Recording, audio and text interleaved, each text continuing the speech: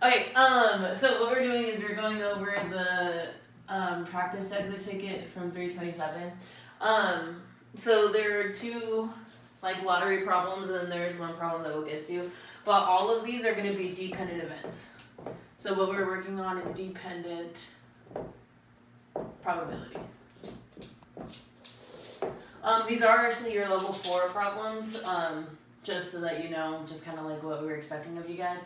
The thing about dependent probability, it's not really different from independent. Still, what you're doing is you're going to take the first probability, so probability A, and you're going to multiply it by the probability of the second event. But that's the probability would be after A. So still, all you're doing is multiplying two probabilities together. So you're going to multiply two fractions together. All right. So for the first situation, we have a lottery with balls 1 through 20. So that means I have a 1, 2, 3, 4, 5, 6, blah blah blah, all the way to 20. All right. So I have 20 balls. The first probability we want to find, so this was I think like question number 4 or something like that, is the probability of selecting an even, taking that ball out, which is what makes it dependent, and then the probability of selecting an odd. Alright, so there's kind of like two things going on here. The first event, event 1, is going to be getting an even ball. Event 1 is going to be the probability of just getting it even. So right from the start, I know obviously there's 20 balls total, so it's going to be however many evens there are out of the 20 total. Evens is just going to be every other number. So like 2, 4, 6, 8, 10, 12. If you count all of them up, there would be 10 of them. So to start, the probability of just getting an even when I have all 20 is just 10 out of 20.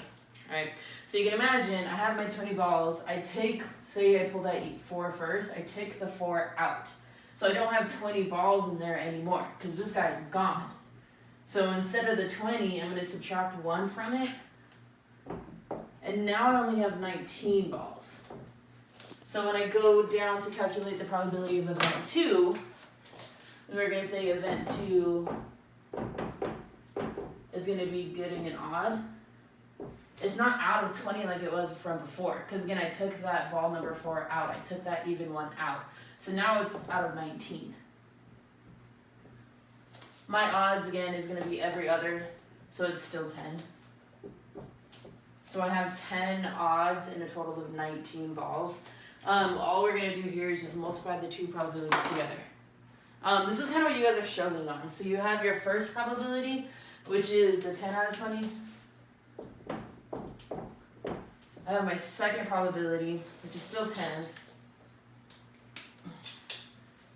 Let me write one. 10, but it's 10 out of 19.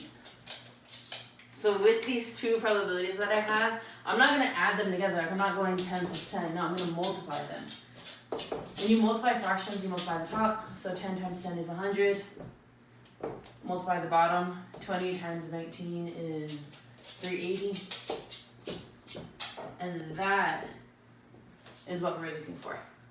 So you can kind of reduce it down, but other than that, that was the first one. Let's keep going. We're going to talk about the second one. So if you guys like actually did this exit ticket, then you saw that we chunked it a lot more. Like we asked you, why are they dependent? They're dependent because I take one of them out. So my sample space or my denominator is going to change.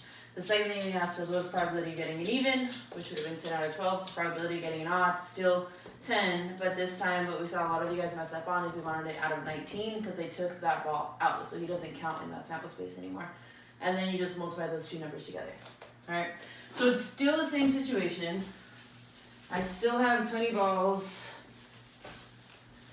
all labeled 1 through 20, but this time what I want to find is the probability, let me make sure I get this right, of odd.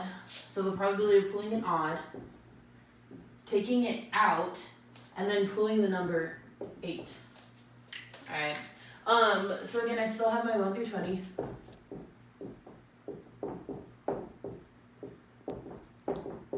Sorry, 13.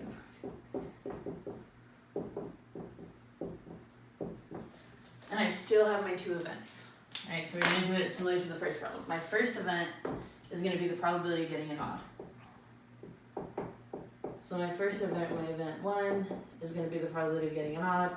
Same thing we talked about before, it's every other. So 1, 2, 3, 4, 5, 6, 7, 8, 9, 10. So it's 10, because it's a new problem, it's out of that entire sample space, so it's completely out of 20. So my first one is again 10 out of 20. My second one is the probability, my second event is the probability of getting an 8. Not just an even, not just a multiple of 4. I want very specifically this guy here. Alright, so you can imagine again, if I already took out my odd, let's say that I took out 15, then I no longer have 20 balls. I have 20 minus this 15. 20 minus that 1. So again, it's out of 19. Out of those 19, there's only 1 8. So out of all of those 19 balls that are left, when I took out the 15, only one of them had the number 8. So this time when I go to multiply them, it's 10 out of 20 multiplied by 1 over 19. When you multiply probabilities, you multiply across the top. So 10 times 1 is 10.